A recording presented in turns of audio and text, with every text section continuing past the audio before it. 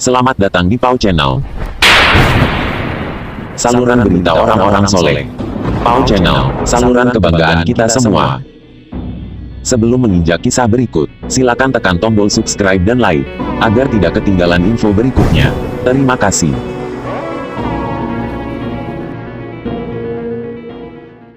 Sa'ad bin Mu'az.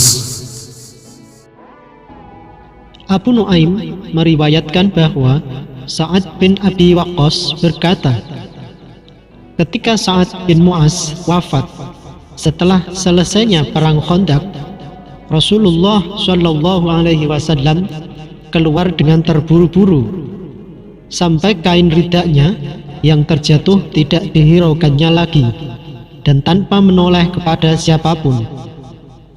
Ketika ditanya oleh para sahabat, apakah sebabnya engkau berjalan terburu-buru ya Rasulullah? Jawab Nabi, aku takut didahului oleh para malaikat untuk memandikannya, sebagaimana para malaikat mendahului kami ketika memandikan Khandalah. Bukhari dan Muslim meriwayatkannya bahwa Aisyah radhiyallahu anha berkata, ketika Sa'ad bin Mu'az terlempar panah oleh Hayyan ibnul Irqah di medan Khandaq, Rasulullah Shallallahu Alaihi Wasallam memasangkan kemah untuk Sa'ad dalam masjid agar mudah mengunjunginya. Sepulangnya dari medan Khandaq, Rasulullah Shallallahu Alaihi Wasallam meletakkan senjatanya dan membersihkan badan beliau. Malaikat Jibril datang pada Rasulullah Shallallahu Alaihi Wasallam sambil membersihkan debu dari kepalanya. Ia berkata, adakah engkau telah meletakkan senjata? Demi Allah, aku belum meletakkan senjataku dan aku akan keluar pada mereka. Tanya Rasulullah, hendak kemanakah? Jawab Jibril, hendak ke Banu Quraidah. Kemudian Rasulullah Shallallahu Alaihi Wasallam keluar bersama para sahabatnya untuk menyelesaikan urusan Banu Quraidah. Mereka sepakat untuk menjadikan Sa'ad bin Mu'az sebagai hakim dalam perkara mereka. Sa'ad memutuskan hukuman terhadap Yahudi Banu Quraidah.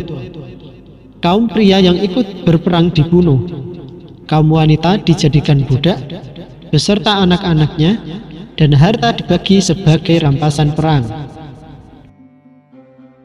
Kemudian Sa'ad berdoa, Allahumma innaka ta'lamu annahu laisa ahadun ahabbu ilayya an ujahidahum fika min qaumin kadzabu rasulaka wa akhrajuhu. Allahumma fa inni adunnu annaka qad wada'tal harba bainana wa bainahum fa in baqiya min harbi Quraisyin syai'un fa abqini lahum hatta ujahidahum fika wa in kunta wada'tal harba fa afjurha waj'al mauti fiha.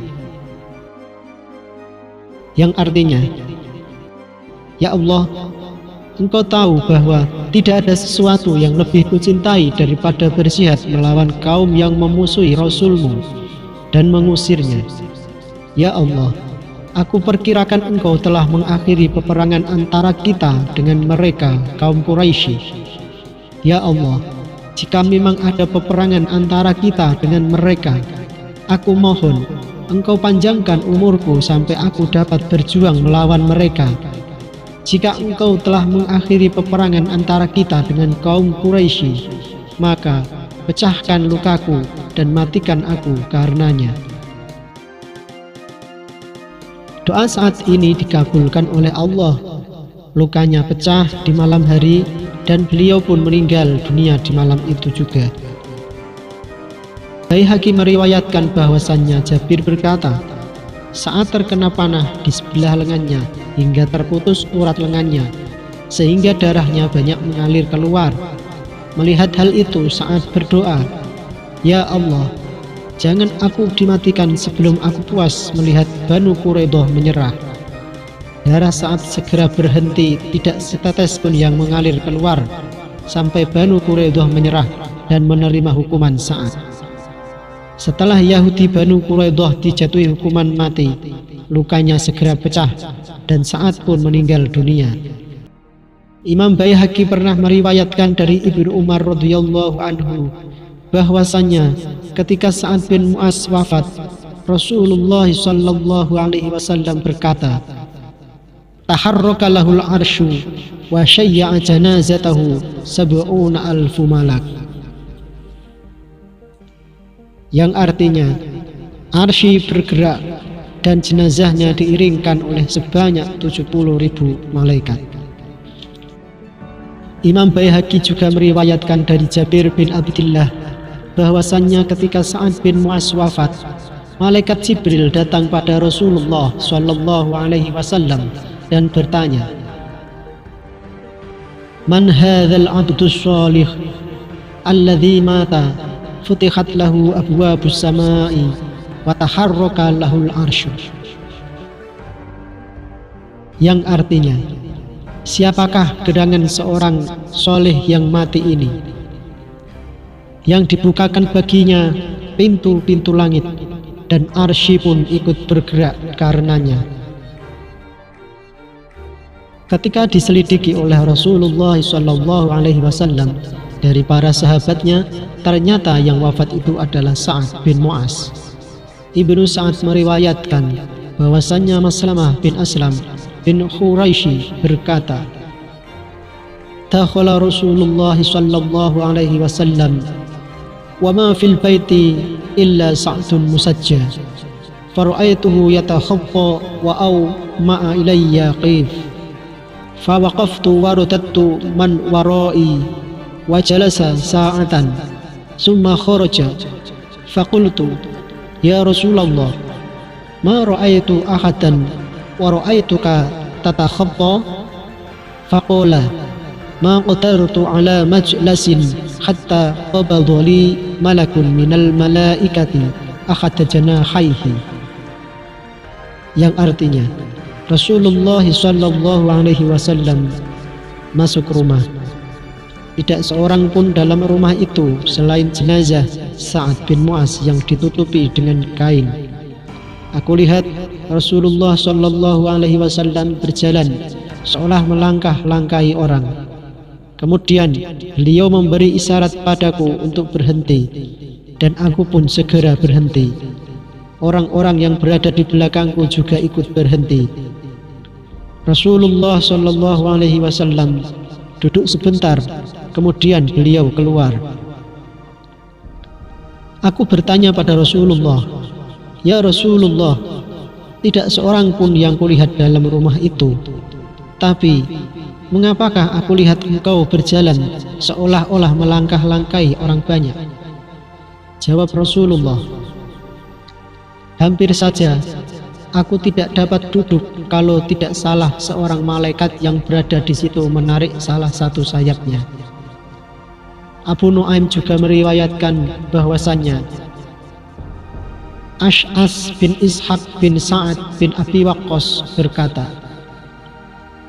di hari wafatnya Sa'ad bin Mu'az, Rasulullah sallallahu alaihi wasallam duduk, kemudian melipatkan kedua lututnya sambil berkata, "Ada seorang malaikat datang tidak mendapatkan tempat duduk. Karena itu, aku longgarkan baginya tempat duduk." Ketika jenazah Sa'ad dibawa, salah seorang munafik berkata, "Tidak pernah kami memikul mayat seringan ini." Jawab Rasulullah, "Laqad syahidahu sab'una alfan minal malaikati ma wati'ul arda qattu." Ada 70.000 malaikat yang belum pernah menginjakkan kakinya di atas tanah sedikit pun yang ikut mengiringkannya.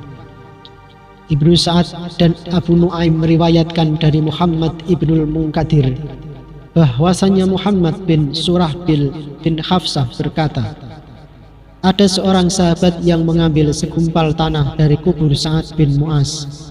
Setelah dilihatnya, tanah itu mengeluarkan bau harum. Waktu ditunjukkan kepada Rasulullah, beliau bergembira sambil berkata, "Subhanallah, Subhanallah."